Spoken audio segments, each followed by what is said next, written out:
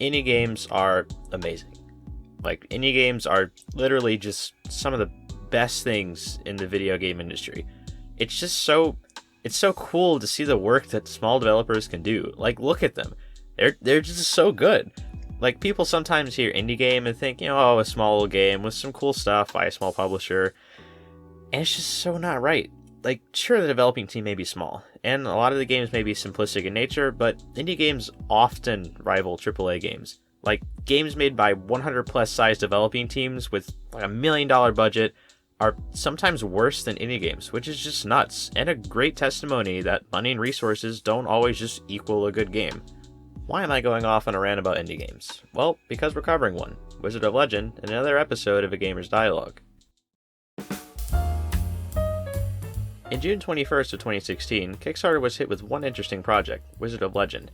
It was developed by Contingent 99, an indie developer headed by two friends, and later published by Humble Bundle. Wizard of Legend was a 2D roguelike surrounding the player and their travels through the Chaos Trials, on the quest to become a Wizard of Legend. In a quote by Contingent 99, they stated that, "We knew we wanted to create a game similar to the beloved action-adventure games of the classic SNES era that emphasized item discovery and exploration. But we also wanted to create a game with an engaging combat system, with a pacing similar to modern hack-and-slash games, with a hint of inspiration from fighting games. What we ended up with is a fast-paced, spell-slinging dungeon crawler called Wizard of Legend." The Kickstarter community loved this, and Wizard of Legend hit 15% of their $50,000 goal and became the second most popular project in the video games category in the first 24 hours of publishing. This was going to be big, and to the delight of the supporters, Wizard of Legend delivered.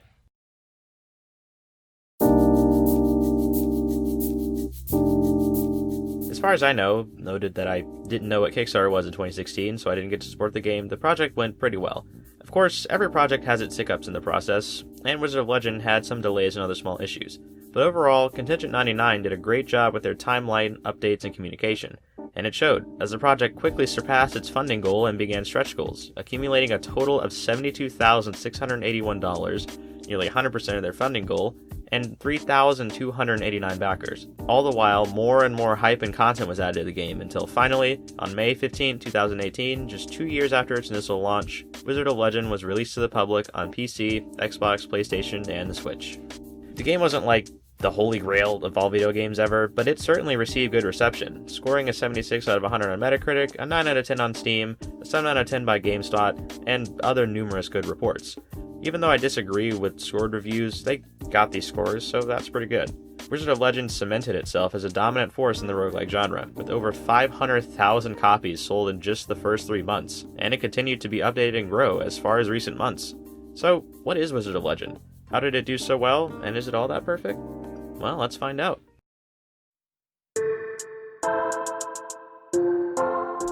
Wizard of Legend is a dungeon crawler roguelike with tons of action and tons of magic. The gameplay surrounds you traversing the Chaos Trials, an annual competition held by the Council of Magic to seek out new potential wizards. You traverse a series of dungeons and fight council member bosses, leading your way through several of these on your journey to defeat Master Sura, the head honcho of the Council of Magic. Before we start with the full description, as this is a roguelike, it has the same core mechanics of one. If you're unfamiliar with the genre, as it is a less known genre, I describe it a lot better in my Gamer's Dialogue of The Binding of Isaac Afterbirth Plus, but here's a short version. Basically, a roguelike game is one in which you traverse a dungeon or area of some sort, collect currency and items from enemies, and restart every time you die while keeping some of the things you collected on your run, which can benefit you in future runs. Just thought I'd elaborate a little bit on the genre as it's a little bit less known in the gaming community, and it's important to know to better understand Wizard of Legend. Alright, on to the description. As I stated previously, your goal in Wizard of Legend is to traverse through the entirety of the Chaos Trials. In the beginning of each run, you start with 4 Arcana, Arcana being the cumulative term for all spells in the game. You get a basic spell, a dash spell, a standard spell, and a signature spell. All of these Arcana are divided into 6 elements: fire, water, earth, air, lightning, and chaos. There are a multitude of different spells to choose from in each of the 4 categories, and each of the 6 elements also has a plethora of spells. You start with a very limited number of spells, but as you work through the game you collect more and more spells to use in battle. You also collect cloaks, which boost or nerf aspects of your character like crit chance or evasiveness, and relics, which have a passive effect on your wizard, but we'll get to those later. In total, you traverse 8 dungeon floors and 5 main bosses per run, including Master Sura. You go through 2 dungeon floors before fighting a main boss, and these in-between floors are all centered around the element of the boss at the end of them. For instance, the floors before Flame Emperor's Zeal, the fire boss, are themed with fire, and contain fire enemies. Each dungeon has a huge area to explore, with chests to open, places and shops to discover, and tons of enemies to fight. Exploration is definitely important in this game, as the chests and enemies beaten drop arcana, gems, relics, and coins, which are extremely useful. To leave the dungeon you're on, you have to find and defeat the mini-boss, of which there's one in each dungeon, and beating the mini-boss grants you a big chest with tons of arcana and access to the next dungeon. As I said before, as you go through the dungeon floors and defeat the enemies within them, an important thing you collect is gems and coins. The gems are kept with you permanently and are usable in the hub world to unlock relics, arcana, and cloaks to be used in the trials. You can also use them to buy temporary boosts on your next run from the residents in the hub. The coins you collect are only kept in your current run, and are lost after you die or defeat Master Sura. Coins collected are able to be used in the shops you will find in the dungeons. There are Arcana, Relic, and Curse shops, with one of each shop type spawning per non-boss dungeon. And while we're on the topic, let's talk about the shops. From the Arcana shop, you can buy extra Arcana to use in battle. The shop holds 5 random Arcana to be purchased. You can hold up to 2 extra bought Arcana with your starter 4, and switch out any of your 4 starting Arcana for the shop Arcana. 2 of the Arcana in the shop are enhanced, which means that the Arcana is a better version of a pre-existing Arcana. So often you have to strategize which Arcana you want to keep. Do you want your previous basic Arcana, which is really good to you, or take an enhanced version of a not so good basic for the enhanced benefit? What Arcana do you want to swap out, if at all, or do you want to save your money for the next shop? It adds a nice touch of strategy, which is always welcome by me. As for the relic shops, in them you can buy relics. Relics are passive bonuses applied to your character, and have a huge variance of use. Some are flat increases in stats, others are trade-offs in stats, others create wacky effects. There's a big pool of options. You can hold up to 10 at a time and mix and match them at your leisure. You can also buy a healing potion in the relic shop, so that's nice too. Finally, we have curse shops. These are interesting to say the least. There are 7 different shops ranging in type. For example, there's a relic shop, except all the relics are cursed, which means they often have a really good benefit and a really bad negative effect to complement, and they're free. Another example would be the Arcana Shuffler, which takes a random Arcana from your deck and shuffles it with 4 other random Arcana, and you choose one of these from the deck to replace the Arcana you gave her, the Arcana gotten being enhanced. Basically, curse shops offer some sort of really good benefit at a hefty price, the price being your health, or stats, or Arcana for example. They're a really good way to spice up the game, and they have some really good benefits but come at a large price. By far, the largest test for newly acquired spells and relics are the council bosses. There are 6 total bosses, each of which has one of the 6 elements tied to them.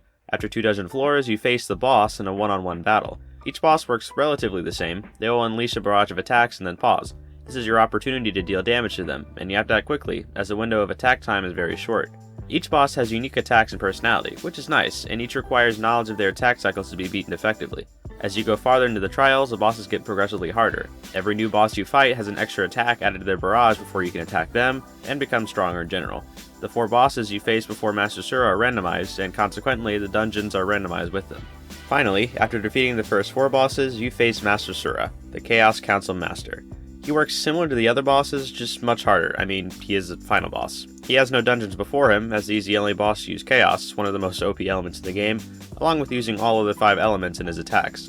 After defeating him, you gain a large sum of gems and a ceremony in your honor. You are now a Wizard of Legend. Of course, it doesn't end there. Where's the fun in that? Every time you beat Master Sura, he will give you a random Chaos Arcana. These are solely obtainable through Master Sura, and they can't be bought in the gem shop. Chaos Arcana are just like really strong Arcana. Like, it can be argued whether they're the best Arcana in the game, but it's pretty solid fact that most all of them are pretty good. There are a ton of Chaos Arcana to get, as much as any element would have, so it will take many a rerun to obtain them all. And of course, even that is not the end, as there are plenty of other spells, relics, and cloaks to unlock, all requiring a hefty amount of gems. Gotta love that roguelike replayability. With the description out of the way, let's get into the details.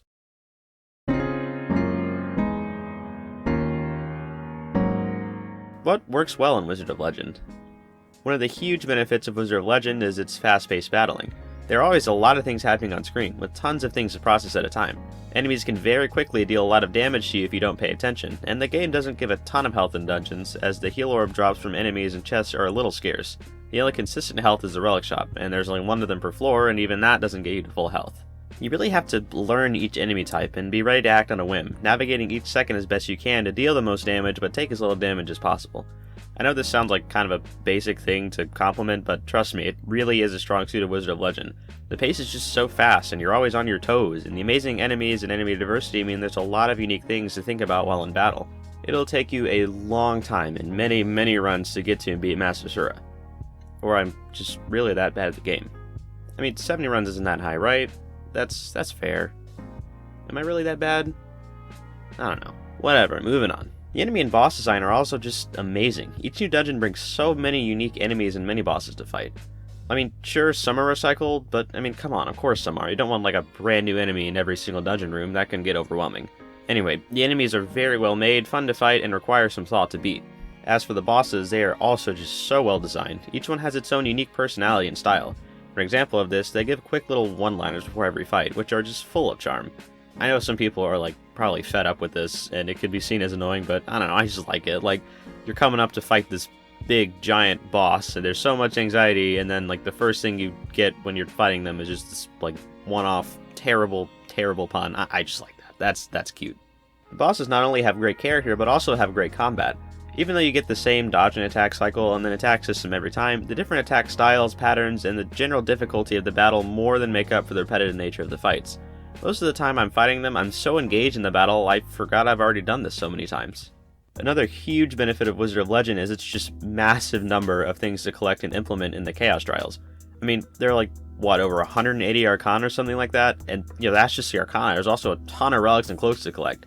There are so many things to collect and use that I'm always experiencing something new and always striving to get something more.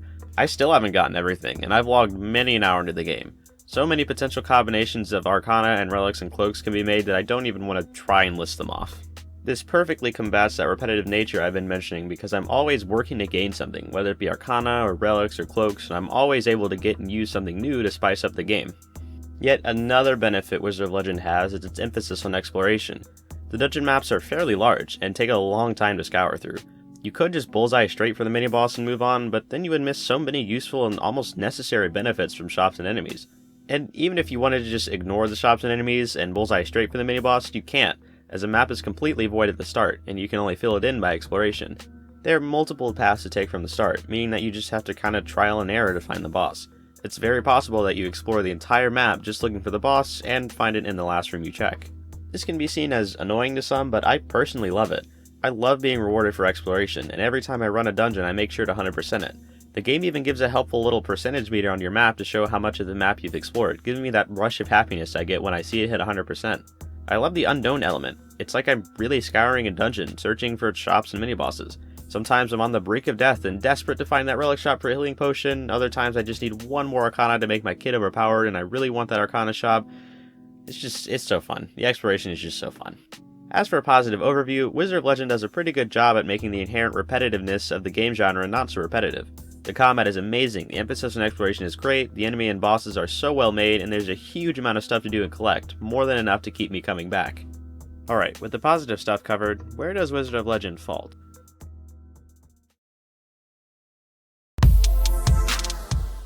Okay, so you know how I've said that Wizard of Legend combats the repetitive nature of its genre very well? Well, that's completely true, but only to an extent. What I mean is, while I can always pick up and play Wizard of Legend, and always have something to do, once I start playing the game, I often find myself burnt out of motivation to keep playing the game in a kinda short period of time. Like, sure, I'm usually willing to pick up and play the game, but not for a very long period of time. The amazing combat, enemies, Arcana, relics, and cloaks and all that are wonderful time consumers, but I do kinda just get bored after several runs.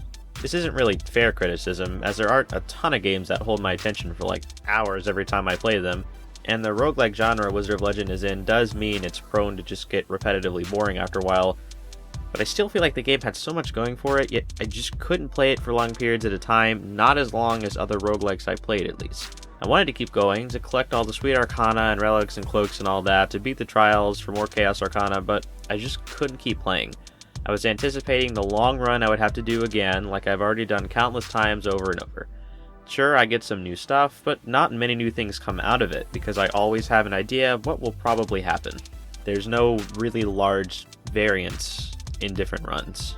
And I know I made this argument for the Binding of Isaac Afterbirth Plus 2, and I said it was one of my favorite games, and it feels like I'm just criticizing the genre, not the actual game, but at least with Isaac, it was able to hold my attention for more than an hour at a time. Check out my gamer's dialogue on Isaac for why, but for the sake of time, I'll just say it had elements that really held my attention for a pretty lengthy time. Wizard of Legend does plenty of things that makes it better than Isaac, but I really feel like this one just kept my attention for shorter periods of time than other roguelikes I played through. On the more specific, nitpicky side of complaints, I feel like Wizard of Legend has some issues with their Arcana power consistency. Like, there are a ton of Arcana and they all have unique uses, but some of them are just like better than others, at least to me. I'm not even counting their Chaos Arcana here, because of course they're really good, you have to beat the game for them. But just in the realm of normal Arcana, I feel like there are a lot of good Arcana, but a lot of not so good Arcana. This isn't really like a blaring issue, but I hate how there's just so many Arcana to use, but I really only use a fraction of them in most of my runs.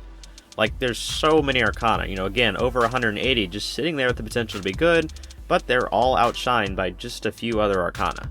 I feel like Relics kind of suffer the same fate, but not to as much of an extent, only because I can play around a lot more with them and not risk giving myself a run build that I just can't win with. I guess I mean to say they don't have, or don't feel like they have, as much influence as Arcana do, and they were all made very well and uniquely, so my main issue is just with the Arcana. And the cloaks are fine. There's so little of them, they all have pretty different effects that don't intertwine too much, and they all have different purposes. My real nitpick here is just with the Arcana, but it's such a crucial part of the game that it is an important thing to point out. All in all, Wizard of Legend was nothing short of a masterpiece in its genre. Its great emphasis on exploration, its positively wonderful enemies and bosses, its engaging combat and gameplay, its plethora of things to do and collect all make for a beautiful game that is just so good. Although it is hard to play it for long sessions at a time, and the Arcana suffer from power indifference, it's still a game that I definitely highly recommend. And it all came from an indie company. Like, oh my gosh, people are talented. It really shows you that you don't need a huge company with amazing IPs and a giant development team to make a good game. As long as they have a passion and know what their fans want, anyone can make a piece of beauty. I mean, well, you have to know how to code, and how to manage a team, and get sound development, and graphic designers, and playtesters, and